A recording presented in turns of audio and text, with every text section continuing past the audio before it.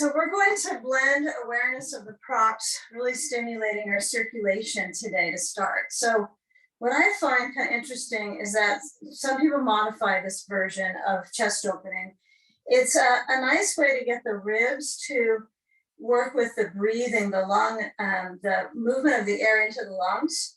So when you do sit right in front of your bolster that's across the mat, horizontal, I want you to give a little space between your body and the bolster so you're not tucked right next to it, just enough that your hands could fit there. And then as you approach lowering back onto the bolster, just kind of on that ledge support, walk the feet a little wider than hips distance apart.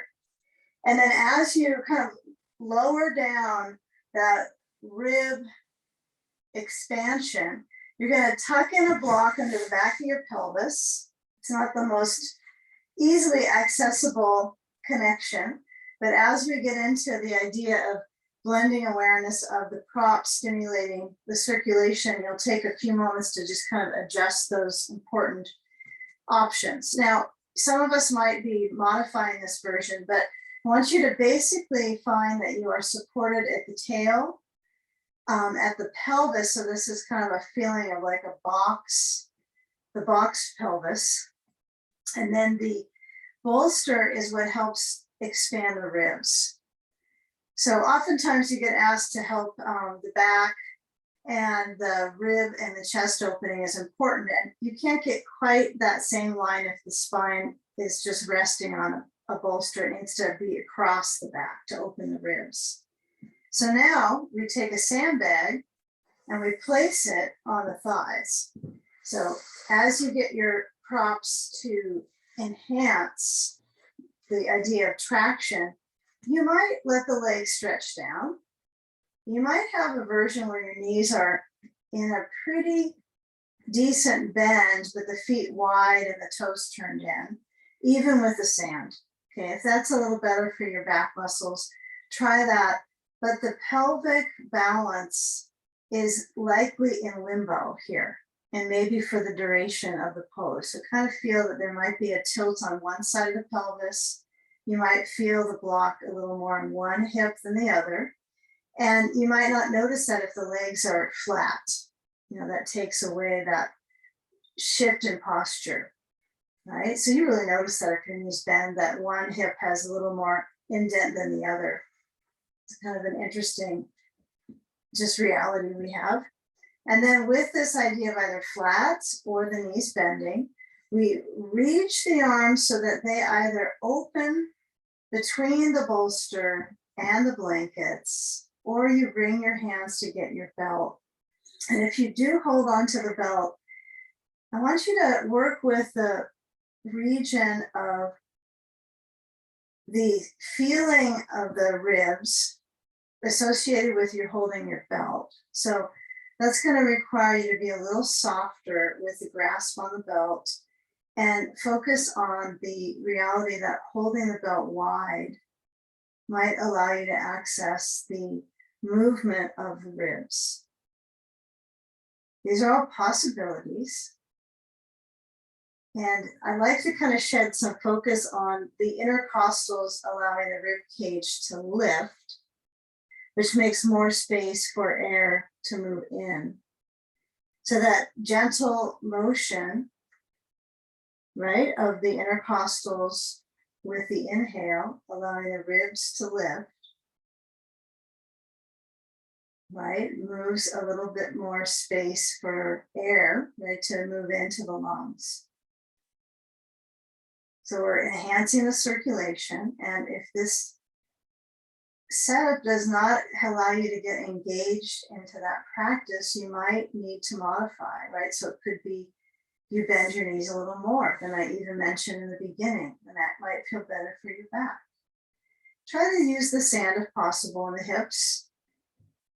And if you don't like to hold the belt, let go and feel the arms release down, especially the fingers, the wrists. And blend the reality of the inhale, expanding, not just the intercostals and the ribs, but the abdomen, And with that intra-abdominal pressure, feel the movement, both expanding and into centering.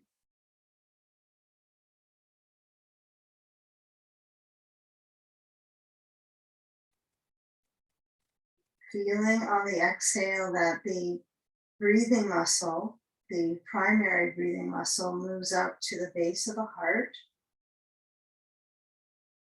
And this is why the belly breathing can be helpful for the circulation, not just through diaphragmatic breath focus, which will happen regardless because it's your primary respiratory muscle, but when you feel the focus of belly breathing, the exhale becomes a comfort for the abdomen,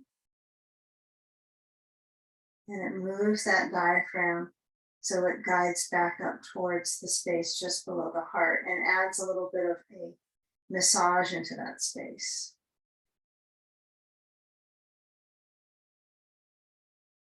You can always try opposite breathing, which would be more chest breathing, and just see how kind of disjointed that can be with your ability to find relaxation. So you might find this becomes a habit more often than not. Inhale, the belly expands, diaphragm flows down like a dome, abdome, and then exhale, belly draws back and relaxes.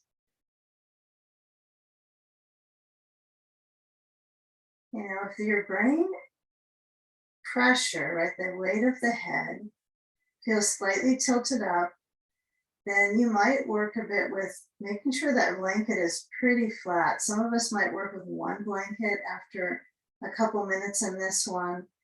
I don't want you to have your chin tucking in too much.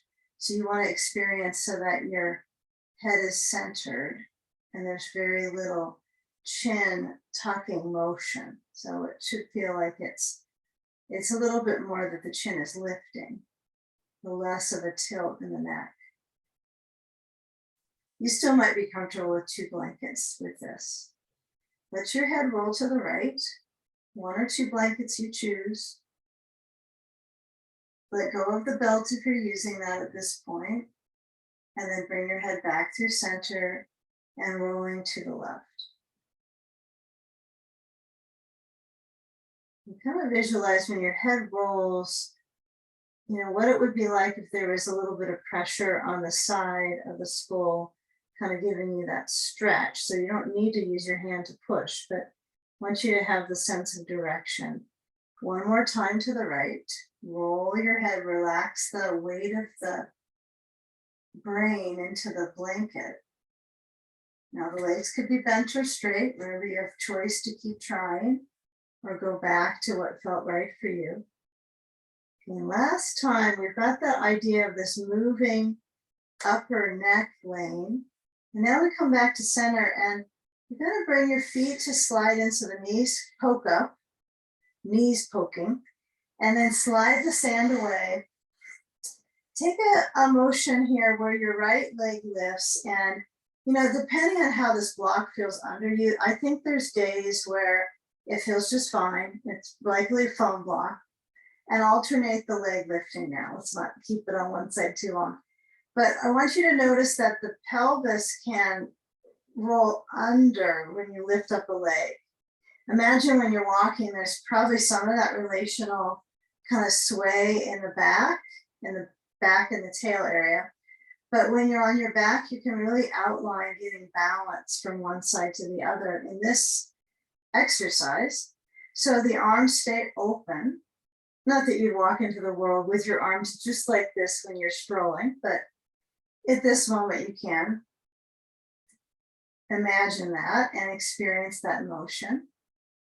And then the next couple times, really let the awareness of blending the support of the props, which I mentioned for circulation, but really work with, can you lift up a leg, keep the leg as bent as you comfortably can. So it's just kind of flopped. It's not, you're not trying to do any lifting and make it look a certain way. But what I want you to feel is in this hip area, in the pelvis that you're able to use the control of the base leg, the foot that's on the floor, to stabilize the hip joint, and that you can create a little bit of that movement of the tail drawing under, which creates some stability over into the other hip. And just play with that a couple times, one on each side at minimum. Find that reality of how mobilized we can be in the pelvis to support our back. It might be refreshing to you, it might be none of that. Cat-cow may be where you learn that work. Okay?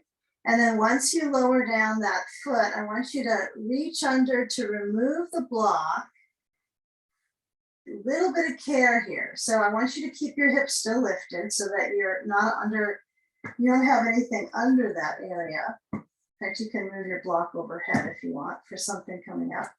But feel that you hold the hips up and you're recruiting the muscles in the midsection down to the hip section, you could say. And that's kind of the rhythm section in the body, right? With movement is the pelvis. So really stabilize so the hips are sturdy here. And then try to lift up the right leg or whichever leg you like. And opposing leg as well. Feel the alternating pattern. Now you got no block, which could be a relief. But try to scoop the tailbone under when you lift the leg. Really use the bolster to help you stay steady. Arms could be on the bolster or back open. Take a few more moments before we get through this idea that I'm so excited about, but maybe not you. Okay, so pelvic motion. And then when you start to come down with the pelvis, work with opening the rib cage, right, to help your back land. If it's too much, you don't land all the way, but the key is to open up the rib cage to help your back muscles. Okay. Now that left arm is between the bolster and the blankets. So think about kind of closing that right arm over to the left, like you're kind of closing a book here. You're going to roll to the left, right hand goes to that left, slide the left elbow down between the bolster and the blankets, and then kind of tuck yourself so you're in the middle of your mat-ish. Okay, a new instruction. Okay, we got our props set so that we're going to set up for side sage. So you use a block or a ball on the inside of the right leg. I'm going to try a block and see what I think about it. Maybe it'll be all right. Yeah. And I think if you look, so especially since you can see in the Zoom a bit, probably even better than when you're in the studio, because it's a little hard to see in there, these lines, but the pelvis and the leg, we don't want this leg to be dropped down because it causes that pressure in the SI joint. I mean, some people feel fine without the block or the ball, but just the lines are evened out this way. So I think it's best that we try to use something to even out the height, and add a sandbag to the side, and then let yourself release into this side position. It's a side reach. So the arms have been motioned another direction, and now as you range into your side, yeah, feel that there is a bit of a back arch in this position, and your left leg can join as close to the bolster as you can comfortably sense. So we're all kind of finding our way to feel if the block is helpful overhead, right? Good, and let the spine naturally arch on that left side. Using the props to anchor your focus, right? You have something to push into, but also it changes the channel on breathing a bit, doesn't it? You start to move into the intercostals. So the rib breathing becomes aware through the side. Let your head relax. Yeah, when there's a screen, sometimes I think I have some parts of my neck that seem to be active, or the sight, you have parts in the back that seem to grip up. So if there's a possibility that you trust, we're going to be here for at least a minute, maybe I can turn off my eyes a bit and just let my weight settle in.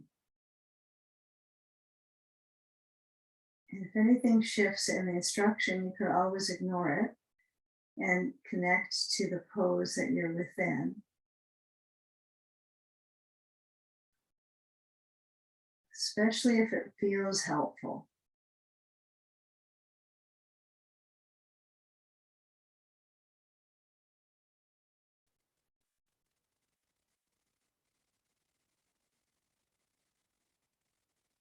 Now, if the sand is minor support, maybe you feel like it's just a weight and it's not alongside your breathing muscles,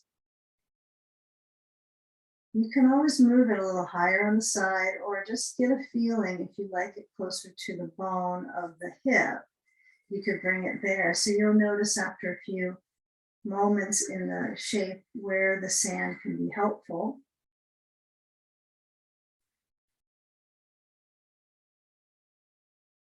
And the right arm could be moving a little bit open. You could kind of circle through that limb.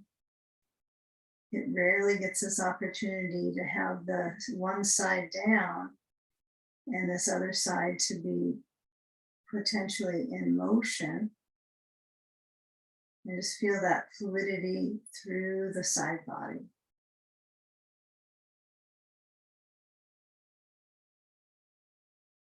Yeah, again, the power of surrendering here, the left side down.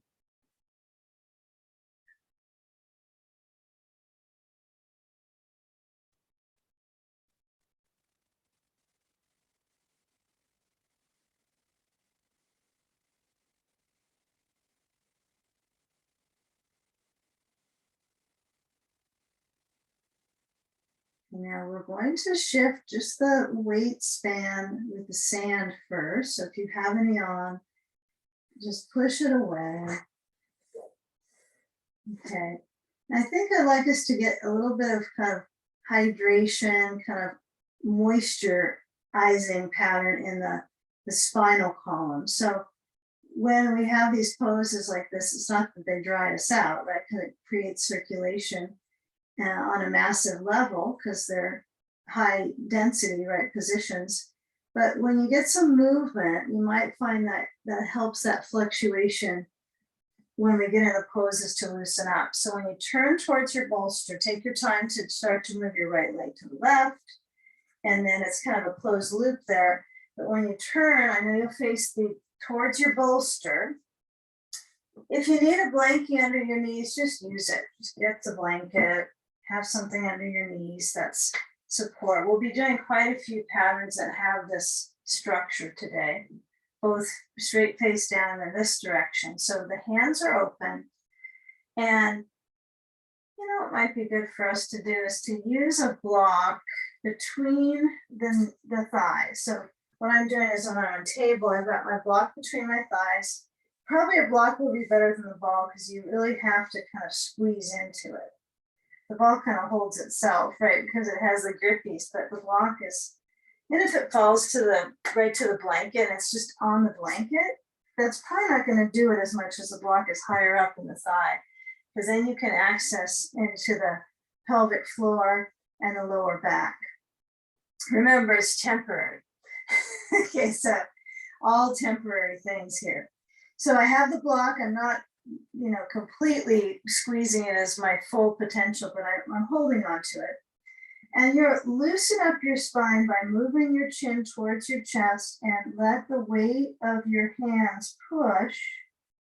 If it hurts your wrist, then stretch your hands out a little bit on your mat, even turn them out a little. And then alternate arching the back.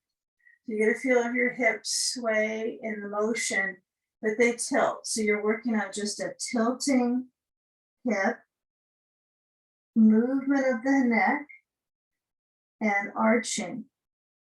Yeah, see if you can maintain that discipline of focus on the front of the spine. It's both directions, you have to feel that, and the spinal column.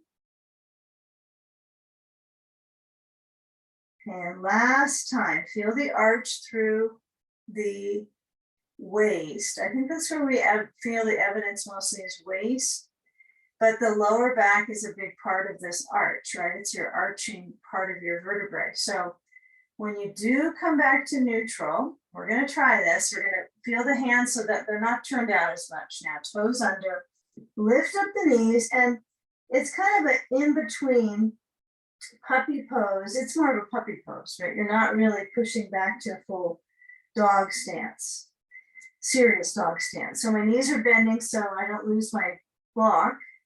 But I want you to work your way maybe towards reaching the legs towards a little more straight. Your block is at its most narrow level, right? So it's at that variation where it's the most thin, right? The block. So it's really a little bit more of that support into the pelvis. Okay, and let your arms press. And then I want you to try that just without the block and just kind of feel. You may need more time with that to notice the difference, but open the hands, lift up the knees, feel it without the block. Just feel if that sense of security, even though it was annoying to have it there, if that helped you recruit some muscles. No answers required. I feel more weight in my arms when I don't have a block. Like there's just more fallout. Now lower the knees down. Take an up dog with the bolster right here so it stays across. You turn your hands out like seal and just stretch the hips down and work with that lift of the chest and the heart. And kind of think of that as the heart of the spine, right? So of course the heart, we know where that location is generally, but where the spine kind of gets support is around the space behind the heart, where we tend to kind of start dumping, right, and rounding. So just work with this spine strength here. Breathe. Exhale. Relax the glutes, the buttocks. Okay, and then feel when the toes relax. You're going to push with your arms to get back. Walk the hands back, slide the knees off a blanket, and then put your blanket on the other side. Okay, so now you're going to set up for side sage with the right hip next to the bolster. So turn to your other side, and as you lengthen down the waist, right, you likely need something on the inside of that left leg, a ball or a block. Right, so last time I used the block, now I'm going to try with the ball. And just kind of see there. I find a benefit a little different on each of them actually. The block kept it a little more stable, but the ball's kind of nice. It's cozy. So positioning so that your bend of your legs is angled and your waist into your hip is dynamic, right? So you have this really nice arch. So balance the arch with the arm, and then add a sandbag if you like. If you don't feel like adding that sand today, don't do it. Right? Maybe you're working with this reality of what's underneath you to support and reset the circulation into your lungs here. So feeling this opportunity, and with that side space, maybe you use the sand on your ribs this time. Maybe you didn't use it last time and decided, oh, right, I feel like I need something to spice it up. You could work with that idea. And some don't like it on the left side and like sand on the right base leg. So you can always plop it down to the right leg. That seems like it wouldn't cause any stir up in my ribs. But, it is grounding. So the sand gives you purpose, right, to be and to pattern a focus, right? The sand is like grounded, settling. It certainly has that property. But that left armpit chest can also open. You can turn so your head is right on its side. Or you're on your back of your head. And range the movement of your breath. I mean arrange, right? So you're arranging expansion and settling.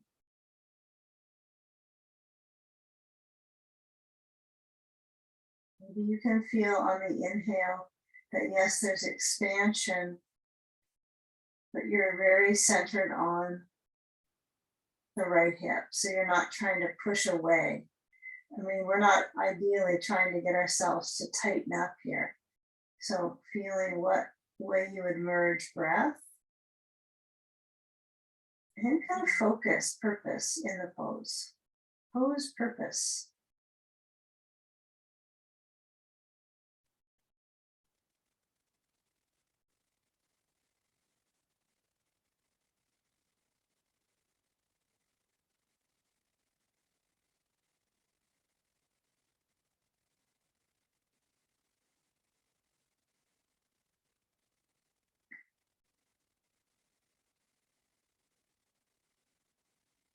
Okay, now where your arm has that reach, what about the left leg? I mean, it probably doesn't have the same element of experiential kind of lift off like an arm does, but they're both extremities.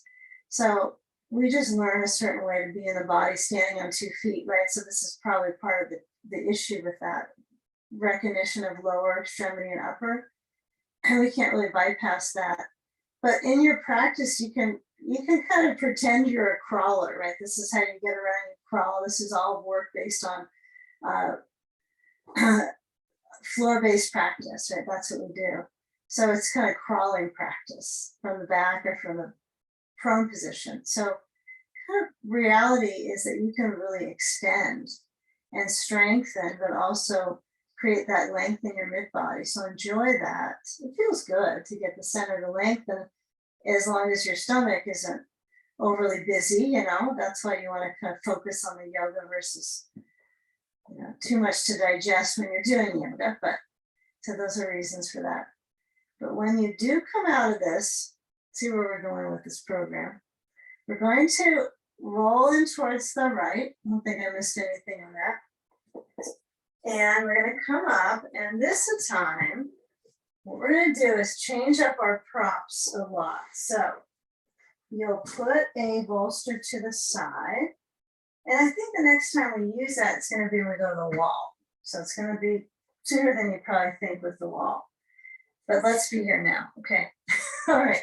So get a blanket and find the support that your blanket's going to be on most of your mats.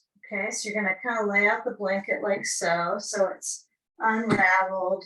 I don't think we'll need this belt. So go ahead and put your blanket down. I want you to have your knees on the blanket for certain. So when you go face down like so, it'll be here, and eventually we'll be here. You want to be able to have most of your blanket on from the knee all the way up to the chest. But if your blanket doesn't make it past your chest, that's okay. I just don't want you to have the blanket too small. Okay. So take a few moments to get your blanket fully on the mat. That's all you have on your mat is your blanket. And the traction of the wrists will be different with a blanket like this, I'm aware. So let the knees be settled back and the hands be open. Take your time and join when you're ready. And let the face of the core body is really going to feel like it's kind of resting. So this is funny. We're not trying to pull it in and up, but it's a resting core.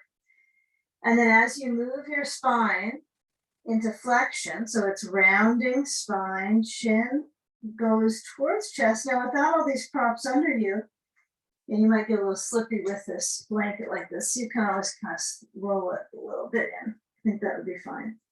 So let the spine have that motion of flexing, okay?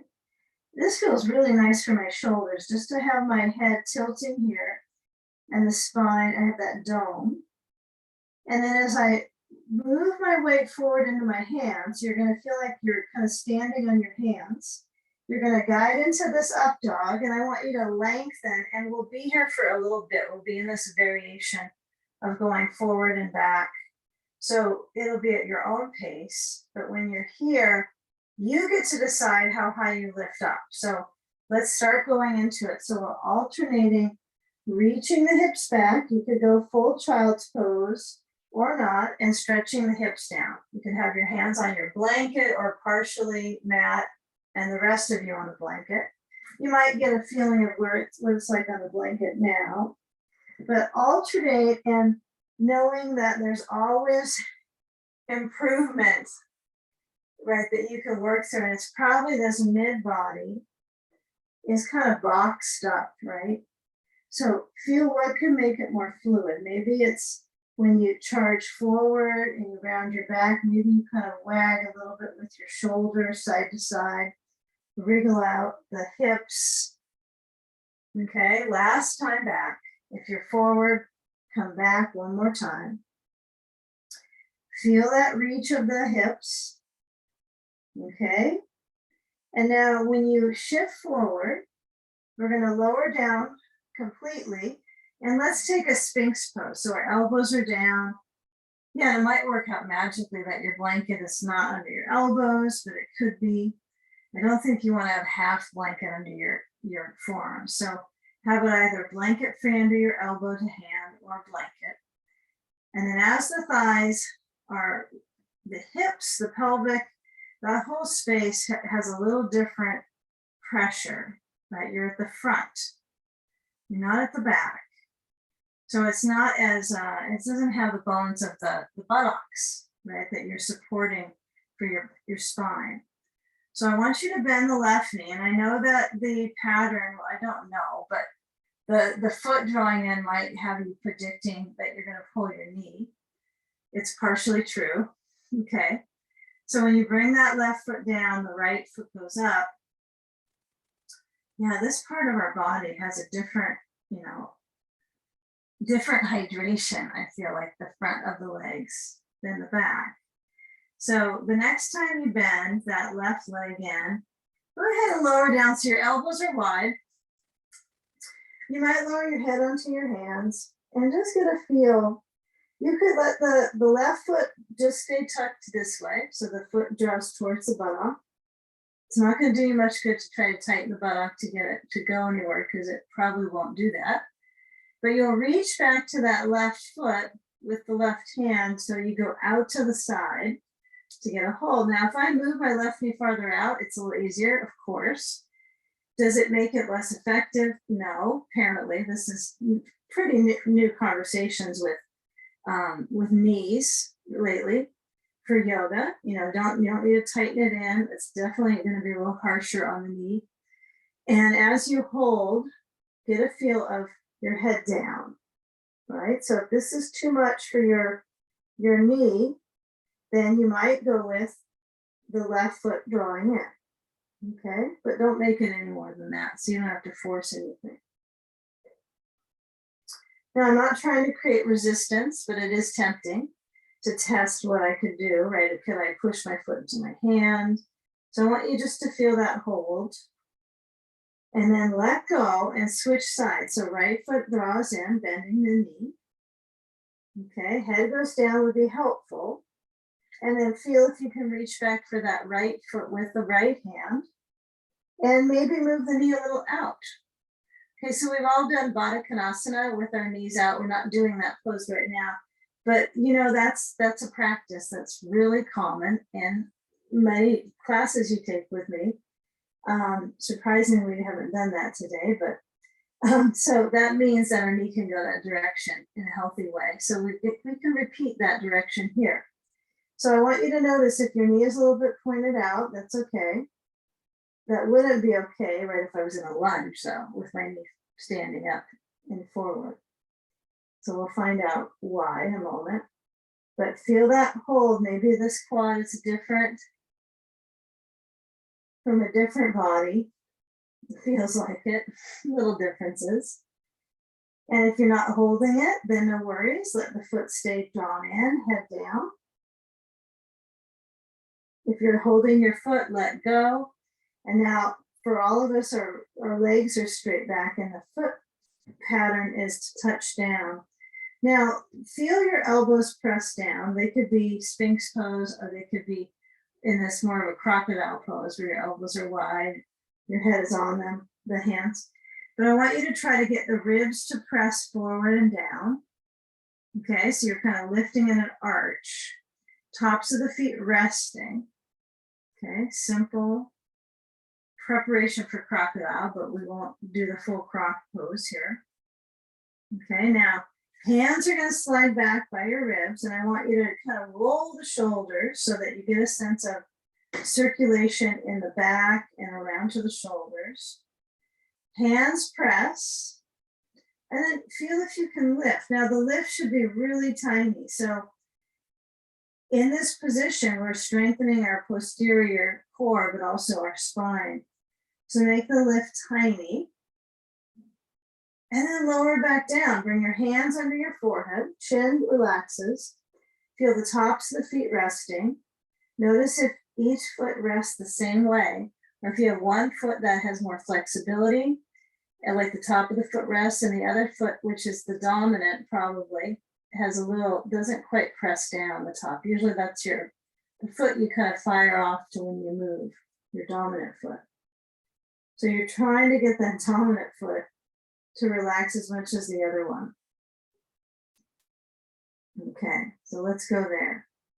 So now with my hands sliding back, I'm going to push into my hands to lift up and spend a little energy going slow, push the hips back, and then take the blanket and fold it again. So now the blanket's in a kind of just a big square here, but now rectangle. Now I'm going to take it to a quarter fold, push it forward on the mat, and then take a step through. Let's see, you need your blocks. So take some blocks forward, and I want you to take a step forward, lift up the back leg, the back knee at least, not the whole leg in the air, and turn to your left. So you're going to have a wide stepping out position. So I want you to take a wide stance. Okay? Okay, looks like we're there. So our feet are stepping wide. My feet are pretty parallel, but they're not perfect sometimes with this position. And then I have my blocks to help out just the pace of direction with your breathing muscles. I've kind of switched around.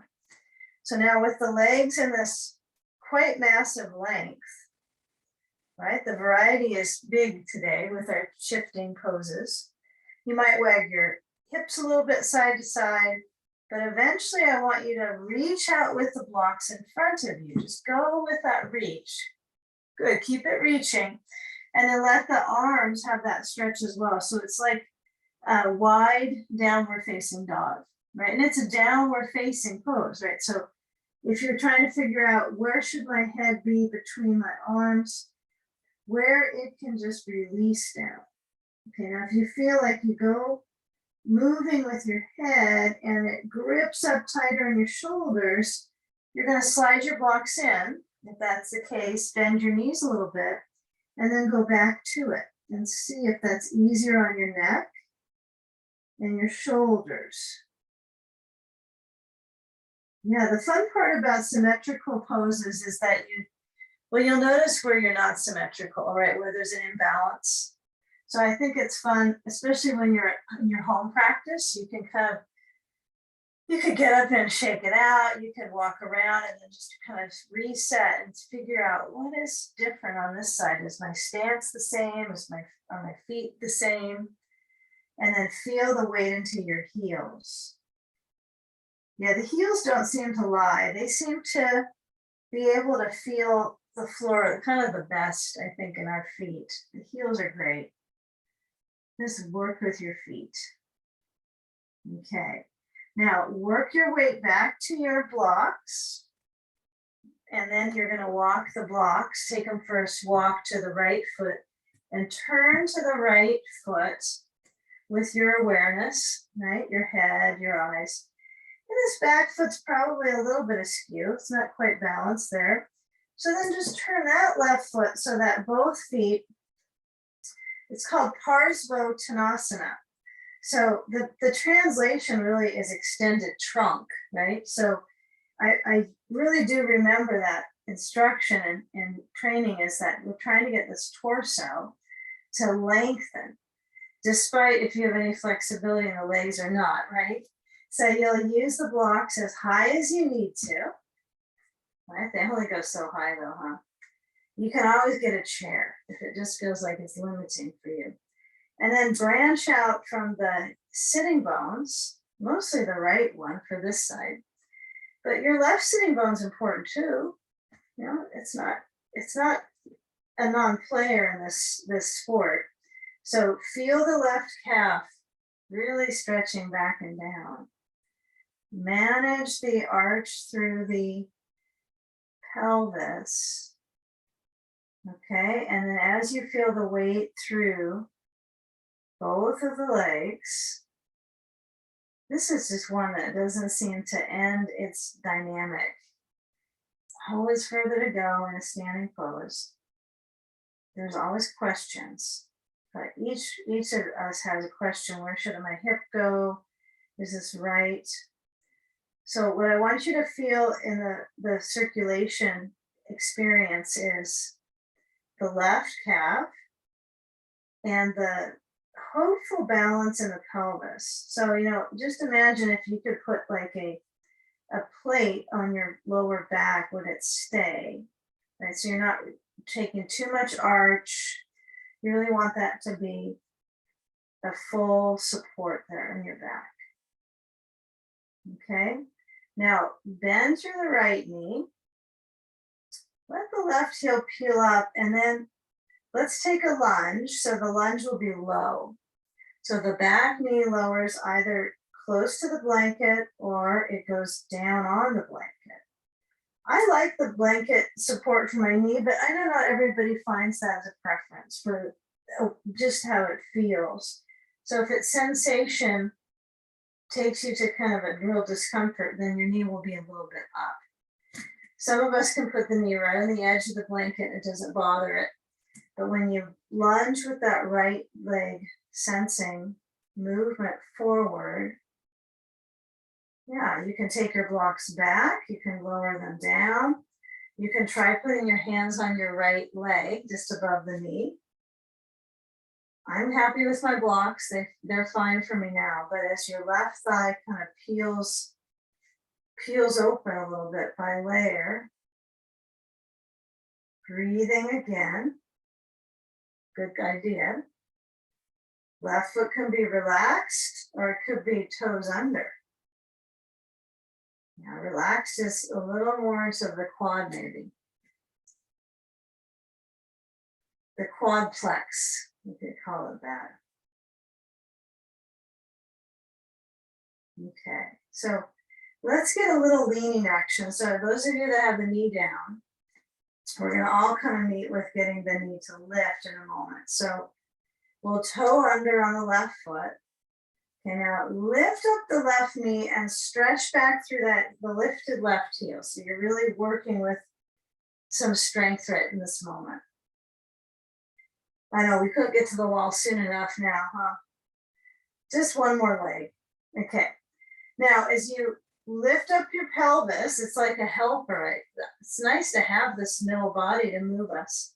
So now you'll use your hands, and if you need to slide your right foot in, do that. If you feel a little bit sketchy with your back strength, then slide the right foot in. So my right foot's between my blocks. And then as I step the left foot besides it, I'm going to take a pretty wide stance. So my feet are a little wider than hips distance, not as wide as we did moments ago, but a comforting stance for balance. And then as you reach the hands to the legs, you're going to lower down the upper zone and the bones on the top into the shoulders. And you can let the arms dangle. You can hold your elbows. And you might find that it changes moment to moment as you cycle your focus into the shape. Like, okay, I'm in a new shape. Where does that feel with my breath? If you can arrive in a shape and breathe and feel how you navigate the breathing into this different awareness, inverting the body, turning the direction. So the gravitational pull is different, right, to the brain into the heart.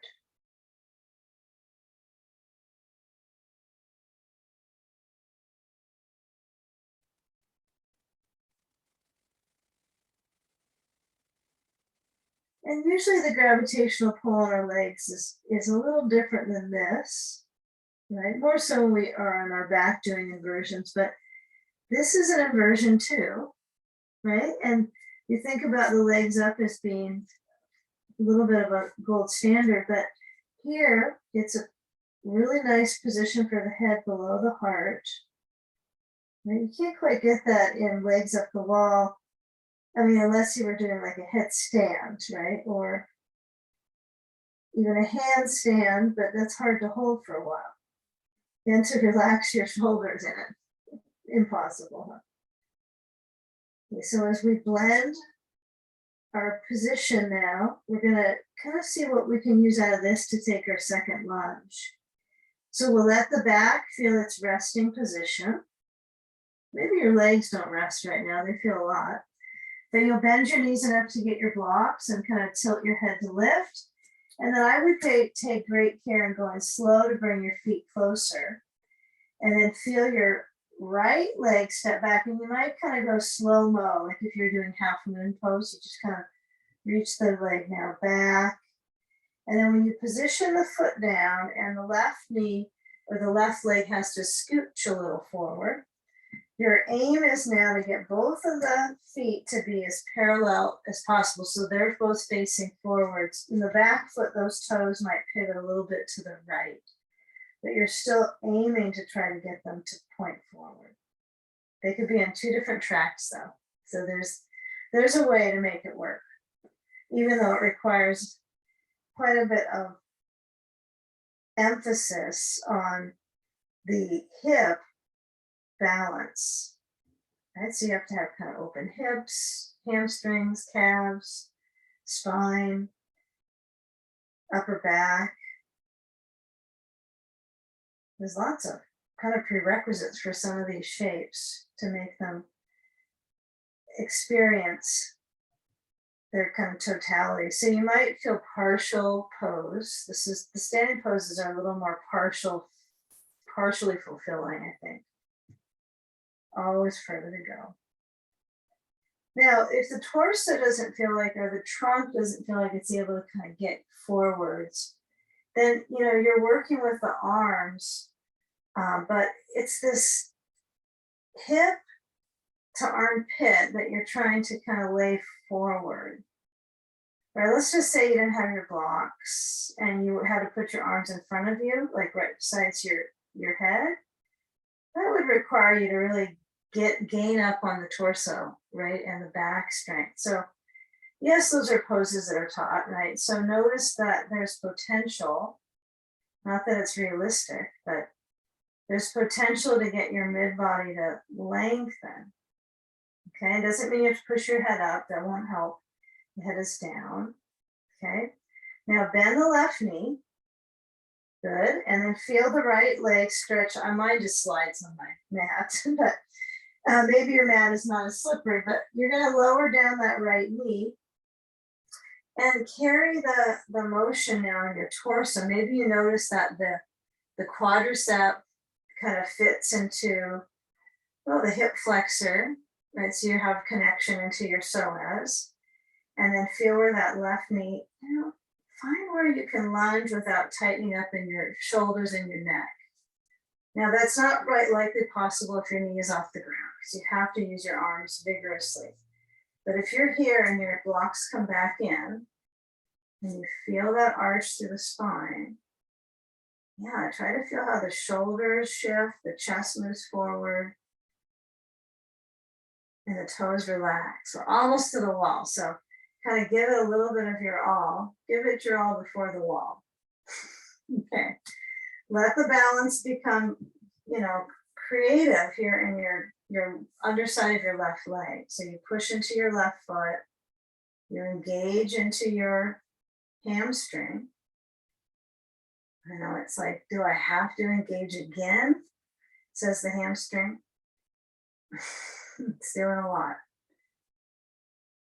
Okay, So feel now for a moment the right foot toes under the lift of the knee, the stretch back through the heel. Now it's a lot of work into the psoas, but it's your walking muscle, so work with it. This whole strip of stretch from your front of your right hip bone down through the front of that right knee. It's not a real far stretch of positioning, right? But it feels like it has some work to do. And then lower down the knee. And then I want you to come back to just a table. Just don't go to a table in your house, but just come back to table. Hands on the ground, turn the fingers out, round your back to cat. And then reach your hips back. And if child's pose is possible for you to take it, if it's impossible for your knees, then you might get a feeling of the hands forwards and the hips back just a little bit, but just about 10, 15 seconds here. Most importantly, your head lowers down. Yeah, if you're in child's pose, I know there's a few that can take that pose so that your weight really sinks back towards your heels. If it's possible, but better with a blanket, put a blanket on top of your calves. Just toss it on there. It makes a difference, I think, quite a bit for the pressure in the knee joint. Again, don't do it if it's hurtful. Take a few more moments if your head can go down.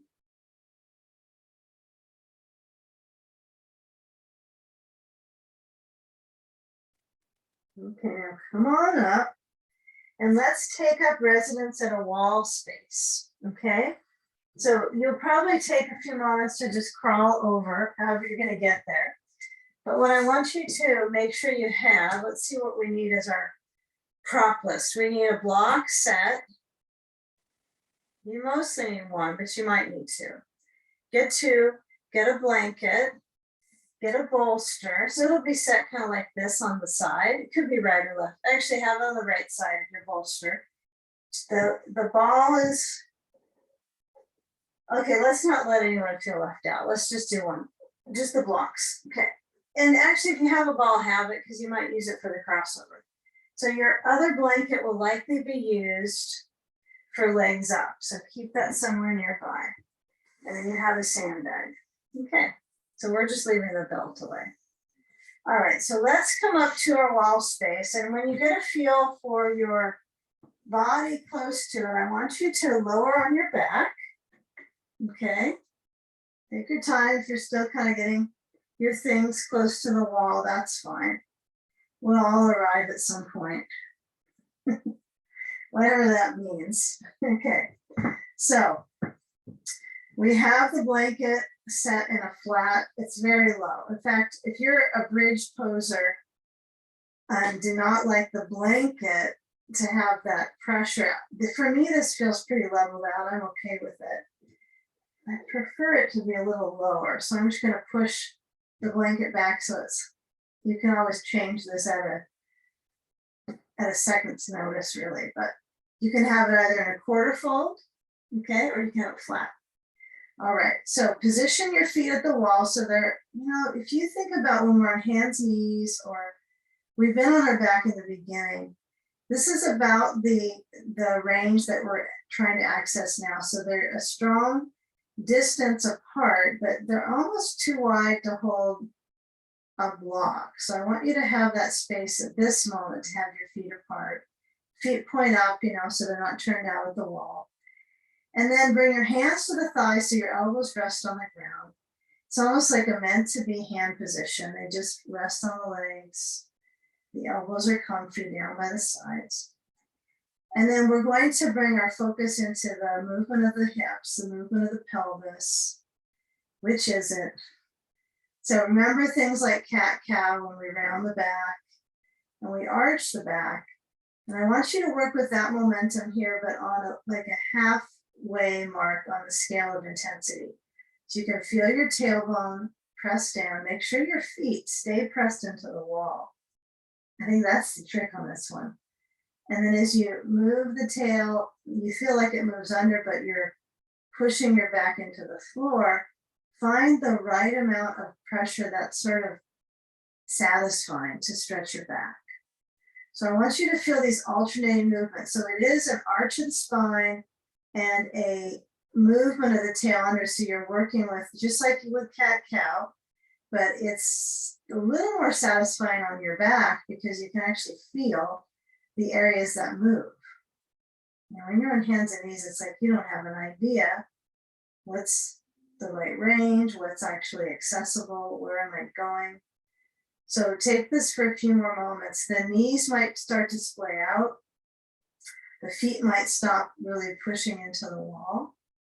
That can be two things, especially when you are moving the tail down, the feet might kind of lose grip. So now we'll just play with this variation. We're going to push into our feet. And then you're going to decide if the blanket height is good for you. A little height is usually going to be fine, but when you push and you start to lift up your lowest piece of the tailbone up off the ground, is the blanket okay? Okay, then bring your arms overhead and then kind of play with how close you are to the wall, what feels right here. I don't advise you to turn your head a lot on this one, if at all, don't. It's just not good for our neck to have that rotation when we're pushing into our shoulder blades here. So trust that when you lower down your spine now, that the wall, that actual access of pushing into the wall helps you massage down through your spine. Yeah, I think this feels good. So alternate this at your own pace. Before you decide to get going on it, are you close enough to the wall? All right, so if you felt like you were kind of dragging at the end of that last one, you might get a tiny bit closer, just kind of get a feel. If we try to get as close as we can with realistic movement in our knee joint, right? I don't want to get so close when I lift up my hips, my knees are pushing out. So get as close as you can. It's kind of part of the challenge is the closed movement, all those things, but you want to work with really getting that rub in the spine. And some of us like to be closer than others because we like that kind of compression, decompression in our spinal column. And if none of this makes sense, you can let me know in the chat or any other way. But it's movement through the waist and it's relative to your individual decision, right? If you want your feet higher, you want yourself closer before we start to add some rules to it. Oh, props. Okay, now I like to kind of dissect some of the positional highlights. So when I stop and I lift my hips, I notice, oh, this feels good in my back, but I notice this is a little bit of a drain for the back. But then when I lower down, I really want to let my back feel that it kind of has this mild rounding and massaging, especially the vertebrae right behind the heart. Pretty stiff area for some of us. Okay, next time you come down, get a block, hold the block, ode to the block. Between the knees, this time knees is probably a better option. If you prefer the block a little bit higher, that's okay, but not below the knees. That would be something I've never seen before. Maybe we should try it just to see what it's like. Yeah, I don't think that would help your legs. So when I hold on to the block, it's a spacer, so it's narrow, but some of us might go to the second setting. Yeah, some declare this feels better on their back. So you know, the closer in, it's going to be a little more compressive. So it's not like it's better, and it's more narrow, but you want this as a spacer for your back because it frames that. So we'll do just a few of these, but hands are down by the sides. But lower the spine down and just let the block be a spacer. Yeah, I'm trying to use this as a therapeutic focus, not necessarily, oh, I can have the block a certain, you know, the narrow and improving. I'm really interested in how it feels. So if you prefer the block narrow, you can try it and just kind of decide on your very own. You know, maybe you work harder when the block is closer in your glutes. Not a bad thing. Okay. Now take a couple more of these. You can kind of switch them out if you like, but use a block because it activates the pelvic floor for what we're about to do with our held pose. Okay, now next time you lower down, bring your knees in. Kind of let the back open. Take the block out. And then as the knees are in and they're apart, I'm going to let my back kind of open up that way. But feel when the hands are down by the sides. And then I want you to lift your hands up so my arms, can't see, are down by my hips. Well, my arms are not my hands, so hopefully they're a little longer. But I'm going to lift up my arms off the ground, and I want you just to get a feel moving your knees towards your armpits, as if you're going to be able to do that. Just move your knees towards your armpits. You don't have to lift your head. That might bug you a bit if you do. Okay, and now lower your hands down, and you got a block set. Okay, so you're going to bring your feet to the wall, or just move them back. You might slide a little bit down so you feel support, but I don't think it's going to be required. And you're going to push. Now, I know this is one where you have to be real personal if you kind of shift a bit side to side to get your setting right. But you're going to push into your feet. And when you lift up your hips, you're going to take a bridge pose with a block under the back of your pelvis. Most of us would feel like it's around the tailbone. So the closer I am to the wall, the higher I can get on towards my shoulders. So I don't want to overdo it, but when you do lift up, you can tell if your feet are higher up. You can actually crawl up higher on the spine. You'll put one block under the back of your pelvis. Now the block can be wide, so it's mid-height. Some of us like to bring the block all the way to the tippy tall, okay? And then we put our feet either on the floor or up on the wall. You can decide. Now, if you go tippy tall, if you really go up, what you'll work with is using your feet at the wall a little bit higher, and then you'll turn the block. Now, this is not for everyone. So if you do try that and it seems like you can get the block there, you can settle your neck. But then once you let go with your hands, you feel like you can't put your feet down because you're worried it will move into your back. Because this is pulling the back up and inverting the spine, draining. So it's kind of a nice one if you can access it. But you're not required to put your feet down, but some of you will really like that because it'll stretch open the hip flexors and the whole structure here in the complex of the quad opening up. Shoulders roll down and in. That's a big part of this one, whether your feet are at the wall. And heck, if you like your legs to be up in the air, you can also do that. Even if your block is at the lower height, probably a little bit more balance if it's lower. You could bring your legs up, right? So you're in Viparita Karate at the same time.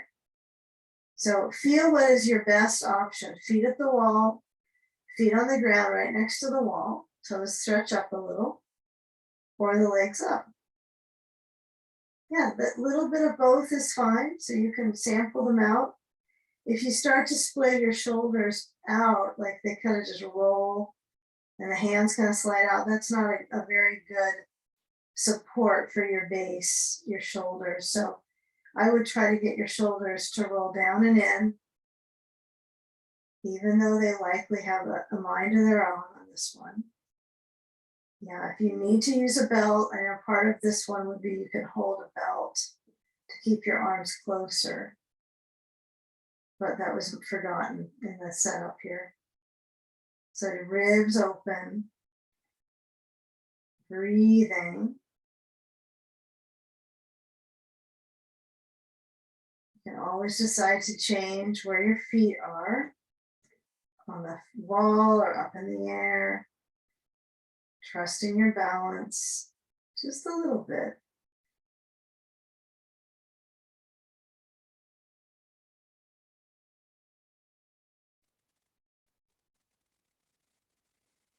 Okay, now where you feel the shape of the lower back, you'll feel the arch, depending on how you've placed your feet. Let's all meet with our feet at the wall. And the arms might start to slide a little bit. So I want you to push into your feet and then lift up just a little bit so you can slide your block out. And then as you lower down your spine, you're going to take the time to lower it down entirely. And then if you got your blanket rolled up, flattened out, you're going to bring it back to that quarter fold. It's got a little bit more height under your head. Scoot back and take a moment where your feet push into the wall. So you got to kind of use your whole mat on this one, huh?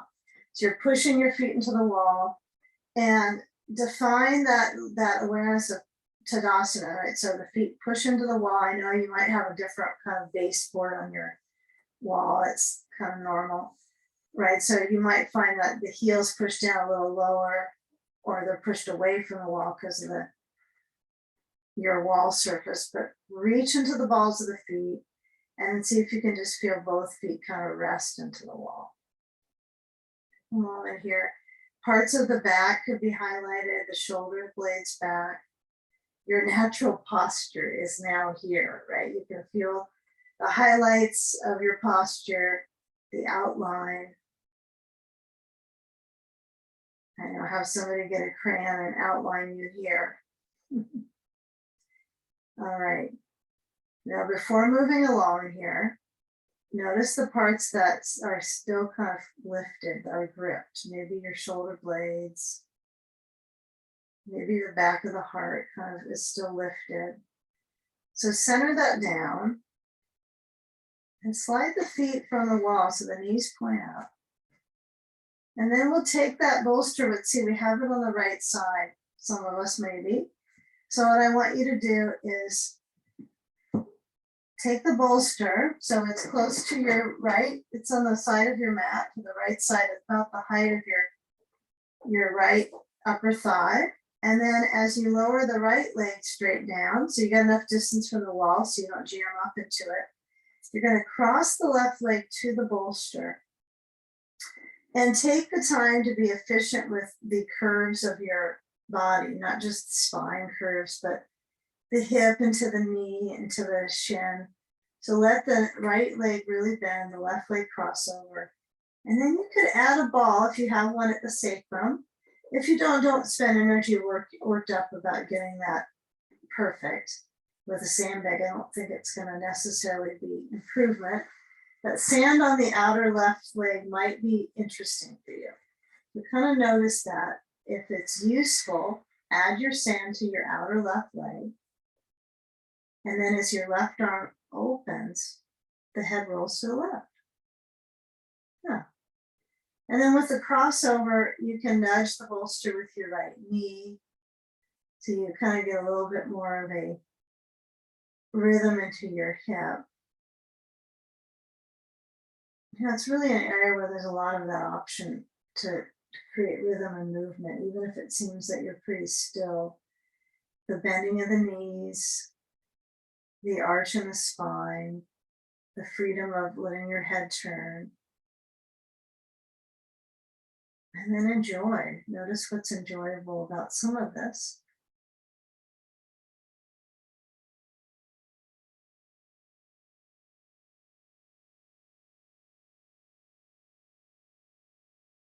Feeling the sensation of rotation.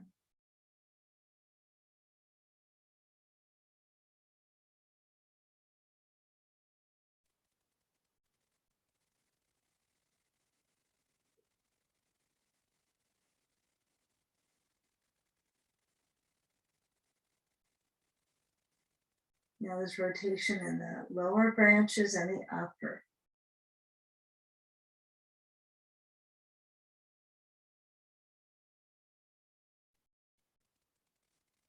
Yeah, so where do you feel a little bit of grip? Maybe could just be about anywhere that you feel some holding pattern. So address that area, maybe just with breath.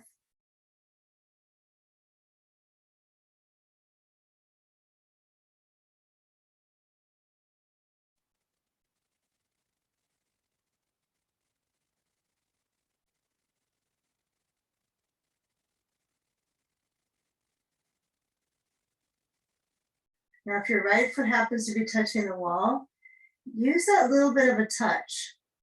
Like you're kind of pushing about 30% into the wall with your right foot. And that usually will bring energy into the body. I mean, it is a prop, so you can receive support from it. That's probably indicating a prop, you get support. And then when that sand is removed, only by you, okay, you'll bring the body back into center without the ball. And when you move back into the middle, I want you to bring your knees to your chest and circle by holding the knees. So you're circling along the outer rim of the sacrum. So you want to feel that rotation.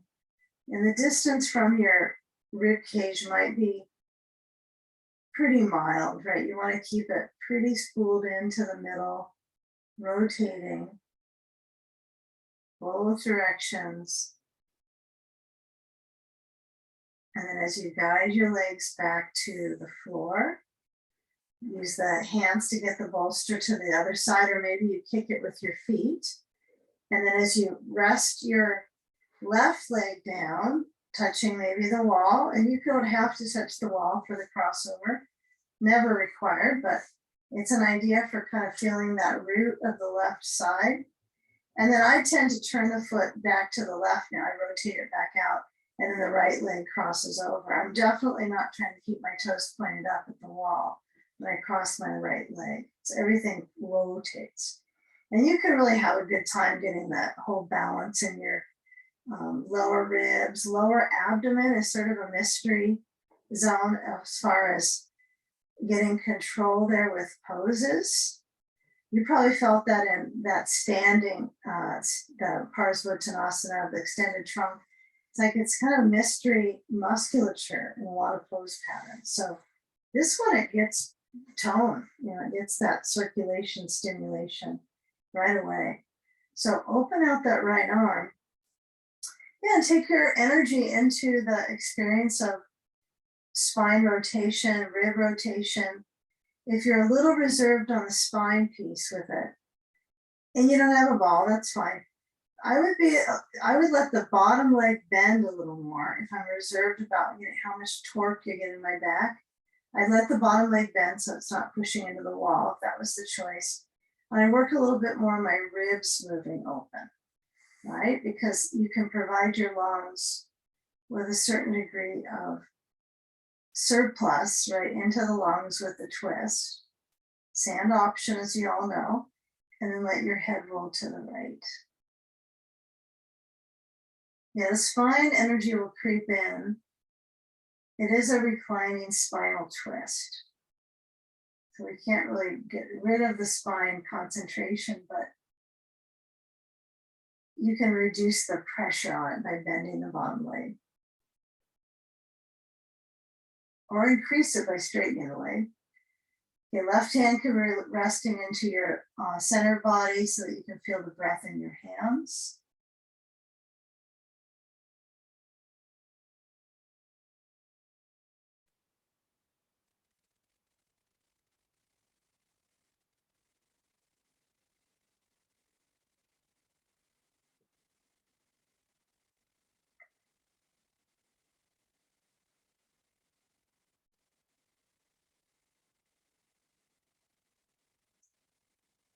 Smooth out the circulation through the neck. Let your head come back center.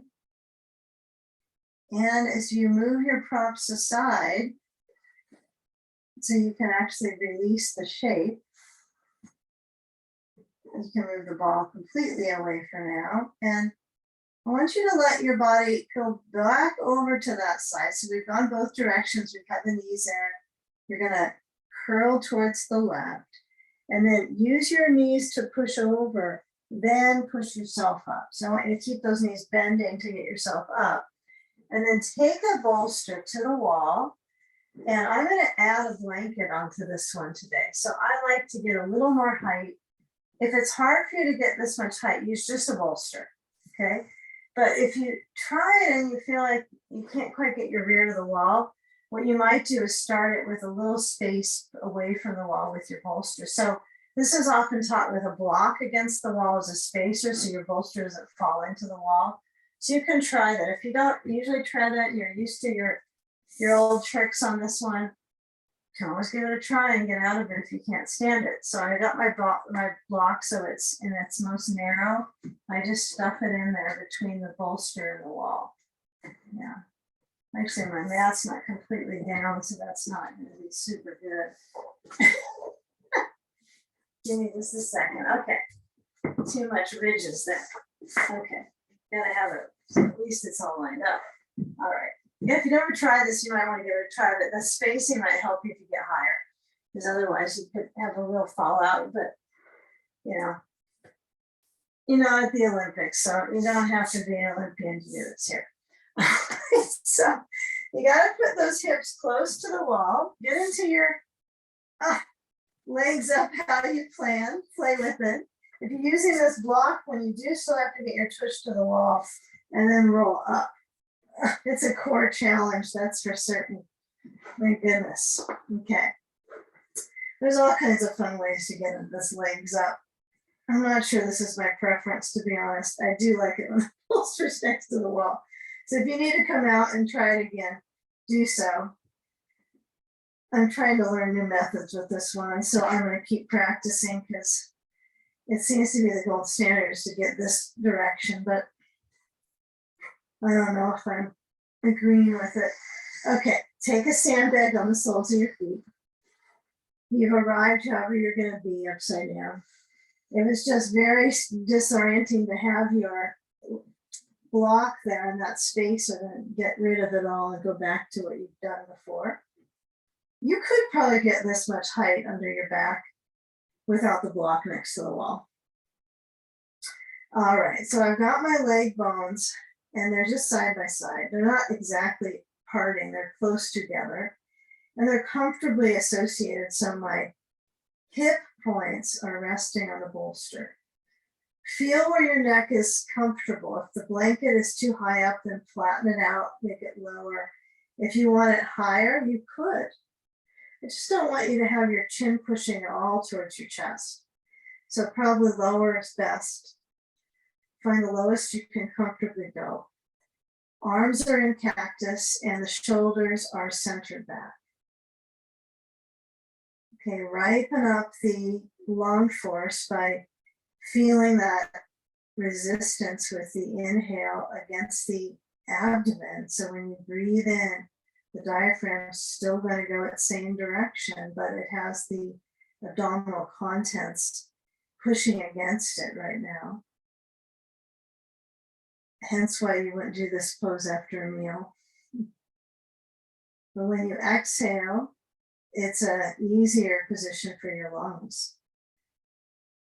You get a little bit more exit with the exhalation,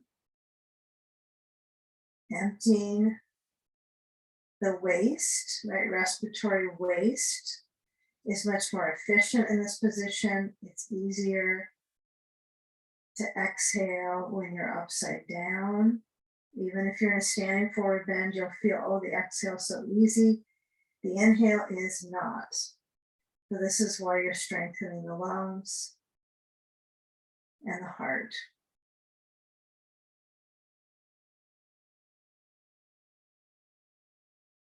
Let the abdomen gently move with the breath.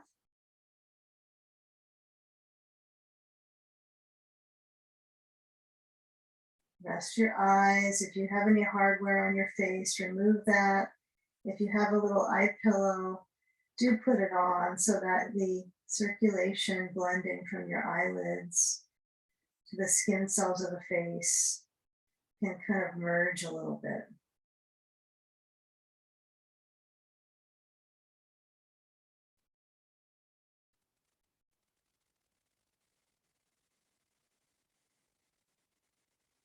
And let this be your experience.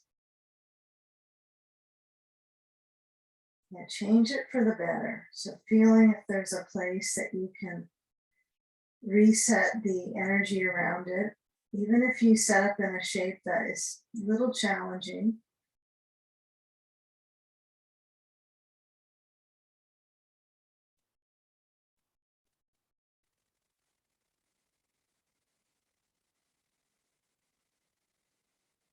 You know, as we feel the texture of the breathing, and we might feel it mostly breathing in through the nose, into the core moving. want you to let the exhalation kind of guide you out. And of course, back in on the in-breath.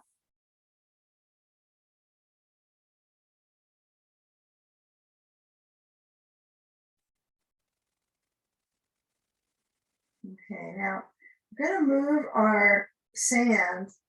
So when you do lower down your knees, let's take a sand removal and then Avada Karasana. It's a supta because we are sort of reclining, so we could call this a supta vada. But the feet together, the knees apart. And rather than pushing onto your legs, just see what your knees naturally do. There might be some resistance, ledging here in the legs. You know, they might feel this composure of the lymph drain, and now there's resistance. So it's as if you're using your practice to do a whole stir up in the system, right? Physiologically, which is kind of all we do yoga for, right? It's a physiological stir up. So when the knees have their motion out, you can bring the knees back towards one another and feel how the relation is side by side and the knees towards your face, right? A little bit of that movement down with the legs. And then how you'll get out might be sorted out by rocking side to side and then going over to one direction and letting your hands help you get up. And then let's take a moment to sit. I like to sit, if I can possibly, at the wall. You know, I do really enjoy that, to use the wall as my backing. So you can take your block out if you have that. You could probably use it, actually. Might be interesting. You have that spacer between the wall with the block back there. You've all probably done that, where you put your block between your shoulder blades in this position and get them back. So just visualize that, because I forgot that idea till we're sitting. And let the spine have its support with the shoulders. Feel how shoulders, it's nice to have them balanced on the sides of the spine. You know, you kind of visualize that balancing. Right, both shoulders, spine and center, hips heavy. And let the head have a centering position, so it may tilt a little bit down, but with that heart center open. Let your hands lift up in the space of togetherness at the heart. And let's unite our focus. We're a collective practicing. And kind of feel that awareness from me, from the collective, internally to yourself. Inhaling, and with exhale, bowing into your heart. Namaste. Okay. All right. Some ideas with that block behind you there.